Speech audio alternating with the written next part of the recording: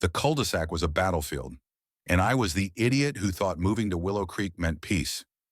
They called it a planned community, but nobody warned me about the self-appointed tyrants in polo shirts. By the end of the week, I'd learned that karma doesn't just knock, it kicks the door down. My name's Daniel Harper, a 38-year-old DOJ attorney who traded city chaos for suburban quiet, or so I thought. I'd been undercover for years, sniffing out corruption in places most folks wouldn't dare look. Willow Creek was supposed to be my soft landing, a place to raise my daughter, Ellie, and maybe grill a burger without dodging bullets. The house was a fixer-upper, but it had charm, a wraparound porch, a big oak out front, and neighbors who waved like they meant it. For about 48 hours, I believed the dream. Then the HOA showed up. Not the real one, oh no. Willow Creek's actual homeowners association was a sleepy group of retirees who mostly argued about mulch.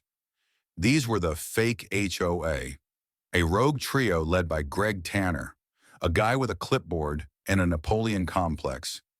They called themselves the Willow Guardians, strutting around in matching navy polos with HOA stitched in gold, handing out fines like they were running a cartel. Their rules: no flags over 3 feet, no cars parked on the street past 8 p.m., no unsightly mailboxes. I ignored their first notice, a neon yellow slip demanding I repaint my non-compliant beige mailbox. Big mistake. It started small, a second notice, then a third, each more unhinged than the last. Your lawn exceeds regulation height by 0.75 inches. Your porch light emits unauthorized lumens. I laughed it off, figuring they'd burn out eventually. I was wrong. Greg and his goons, Karen, a realtor with a perm and a vendetta, and Mitch, a gym bro with a neck tattoo, weren't just petty. They were predators.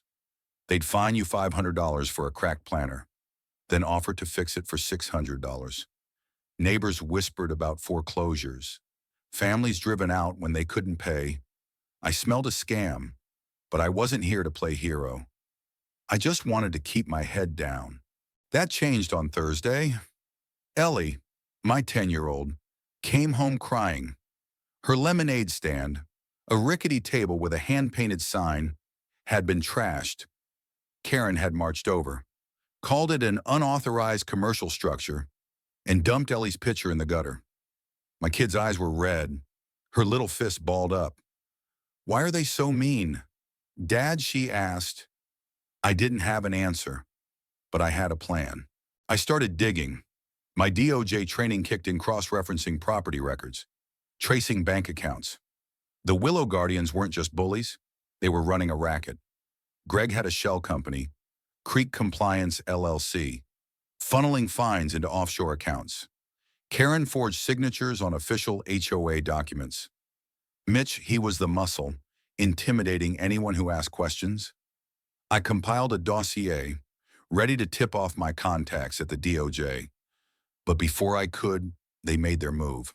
Friday evening, I'm on my porch, sipping coffee, when a pickup screeches up. Greg, Karen, and Mitch pile out, flanked by a guy in a cheap security uniform. Randy, a local rent-a-cop they'd roped into their scheme. Greg waves a paper like it's the Magna Carta. "Daniel Harper, you're in violation of 17 HOA codes. Pay $12,000 by midnight, or we're seizing your property." I laughed, couldn't help it. "You're joking." "Right. You're not even the real HOA. Greg's face goes purple. "You're under citizen's arrest," he barks, and Randy pulls out zip ties. Here's where it gets nuts. Randy grabs my arm, but I'm not some pushover. I twist free, step back, and say, "Touch me again, and you'll regret it." Mitch shoves me, hard, and my coffee mug shatters on the porch. Ellie's watching from the window, terrified. That's when I hear Mrs. Delaney, my 70-year-old neighbor, scream, "Leave him alone." She's hobbling across the street, cane raised like a sword. The cul-de-sac starts buzzing, neighbors pouring out. Phone's up. Recording. Greg's yelling about authority. Karen's shrieking about community standards. It's chaos. And I'm in the middle, hands up, trying to keep Ellie calm. Then the twist, Mrs. Delaney. Sweet old Mrs. Delaney, who bakes cookies for the block, drops a bombshell. I've got proof, she shouts, waving her phone. Turns out, she's been secretly taping the Guardians for months, every threat, every forged notice, every shady deal.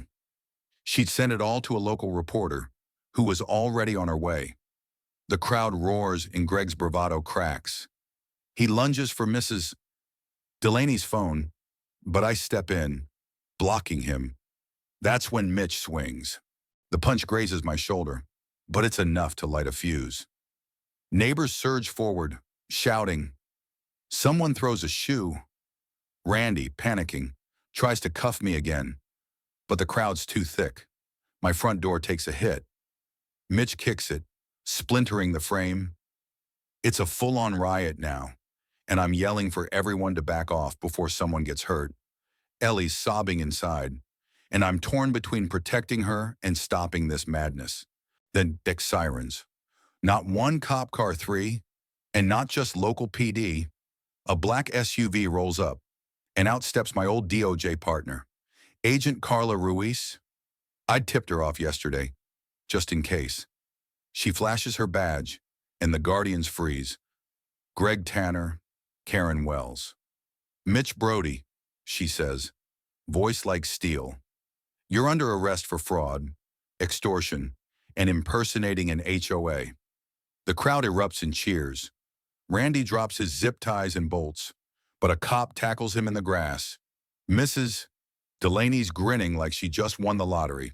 The aftermath, the Willow Guardians were done. Carla's team uncovered $200,000 in laundered fines, linking the trio to a dozen foreclosures. The real HOA, mortified, issued a public apology and waived all fees for a year. The local news ran Mrs. Delaney's footage, and the story went viral. Fake HOA trended for days. Greg's mugshot, with his polo still sporting that HOA logo, became a meme. Neighbors started a petition to reform HOA laws, and I testified at a state hearing, pushing for oversight to stop scams like this. But the real win, Ellie. She rebuilt her lemonade stand, and the whole block showed up, dropping $5 bills for 50-cent cups. Mrs. Delaney even made a sign, Ellie's Lemonade, screw the fake HOA. My kids smiled for the first time in days, and I realized something justice isn't just about busting the bad guys. It's about giving good people a reason to keep going. So, what do you think ever dealt with a power-tripping HOA or a neighborhood bully? Drop your story below. I'd love to hear how you fought back.